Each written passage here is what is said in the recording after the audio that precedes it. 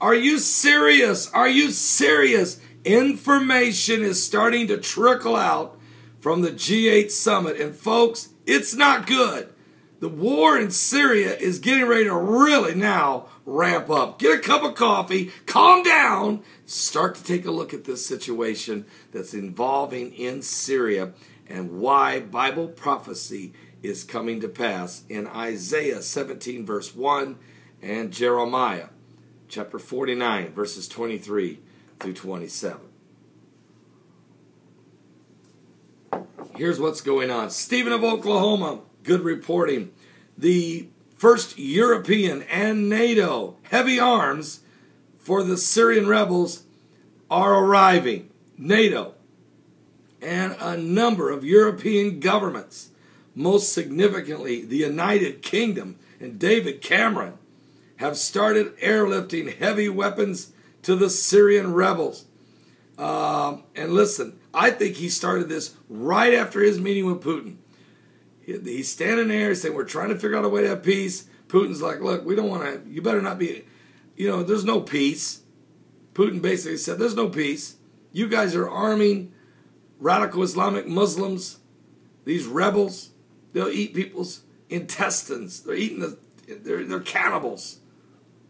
And I think after that happened, that David Cameron immediately put into action airlifting heavy weapons to the Syrian rebels to help them fight off a Syrian army offensive. Also, they disclosed that the first shipments were landed Monday night, so last night. So it had to be right after the meeting. June 17, 2013. And early this morning, June 18, 2013, they landed in Turkey and in Jordan. They contain anti-air and tank missiles, as well as recoils, 120 cannons, mounted on jeeps.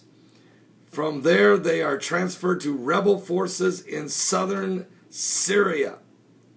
Our sources report that the first weapons reached the rebel-held positions in Aleppo near early this morning, June 18, 2013, and more than 2,000 Hezbollah troops are standing by to enter the decisive contest between Assad's army and the Syrian rebels. Now,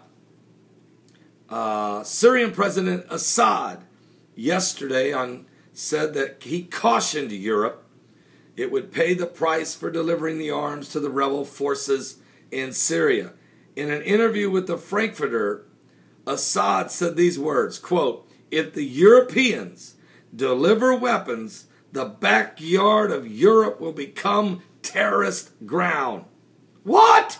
The volume of new arms airlift to the Syrian rebels may be estimated by the number of air freight flights from Libya to Turkey.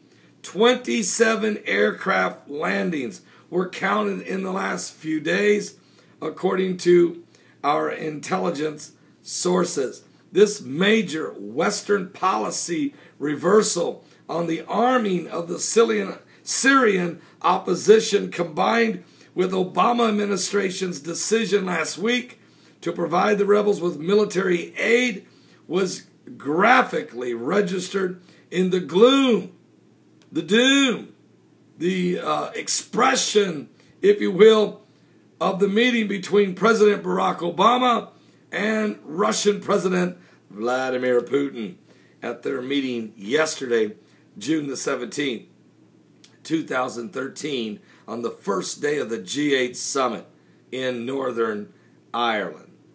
Beyond exchanging bare courtesies, there was not a lot of love, folks, in the room. If you saw some of the highlights of Obama's relationship and meeting with Putin, that did not look good. Well, part of the reason is Putin, I think, shows up, all right, let's talk about Syria.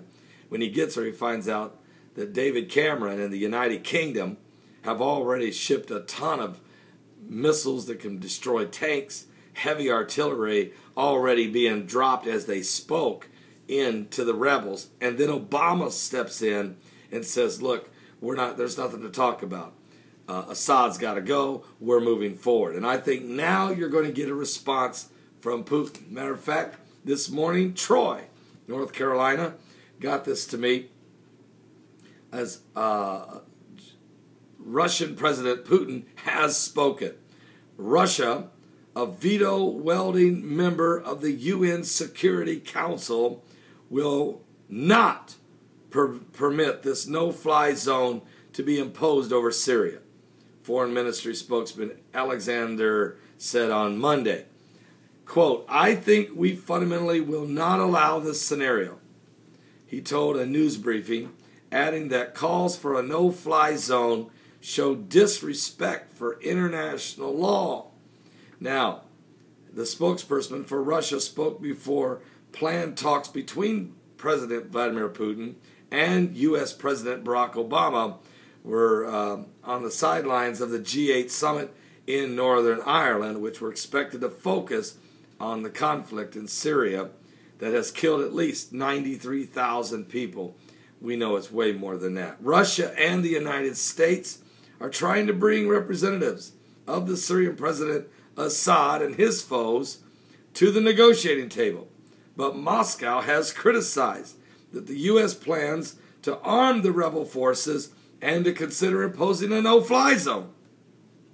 All of these maneuvers about no-fly zones and humanitarian corridors are a direct consequence of a lack of respect for international law, said Putin's spokesperson. He said Russia did not want a scenario in Syria that resembles the events in Libya after the imposition of a no-fly zone, which enabled NATO aircraft to help rebels overthrow Muammar Gaddafi. Folks, this thing is just about ready to get seriously ugly. Now, if you'll go to Jeremiah, you already know Isaiah 17:1 tells you that the burden of Damascus, behold, Damascus is taken away from being a city, and it shall become a ruinous heap. But it's Jeremiah 49 that we're witnessing and going to see come to conclusion. That's a prophecy that's taking place. This G8 summit is going to do nothing more than fully define the lines of war, and will have nothing to do with peace. Here's what Jeremiah the prophet said 3,000 years ago of the very scenario we're watching now taking place in Syria. Jeremiah said in 49 verse 23, concerning Damascus, Hamath is confounded and Arpad, for they have heard evil tidings. They are faint-hearted. There is sorrow on the sea, it cannot be quiet. Damascus is waxed feeble, and turneth herself to flee, and fear has seized on her. Anguish and sorrows have taken her as a woman in travail. How is the city of praise not left the city of my joy? Therefore her young men shall fall in her streets, and all the men of war shall be cut off in that day, saith the Lord of hosts. And I will kindle a fire in the wall of Damascus. It is getting ready to get seriously ugly now. It's really going to get bad. In the next 2 months, you're going to hear of horrific war as America and Russia square off in a proxy battle there in the streets of Damascus, fulfilling biblical prophecy. There won't be much left when they're done.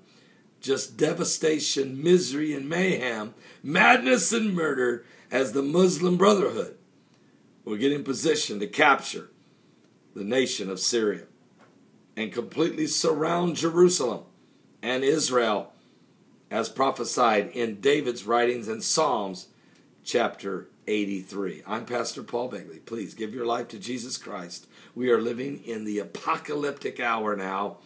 We're on the brink of the beast. It's getting ready to rise. It's rising. Are you saved?